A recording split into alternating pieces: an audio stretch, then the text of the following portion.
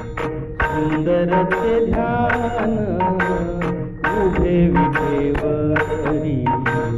करकटावरी ठेवोनिया तुळशीहार गळात पितांबर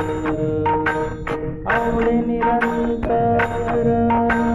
हेची ध्यान मकर कुंडले तळपती श्रवणी कंठी कौस्तुभमणी विराजित तुका म्हणे माझे हेची सर्व सुख पाहिना श्रीमूर्ती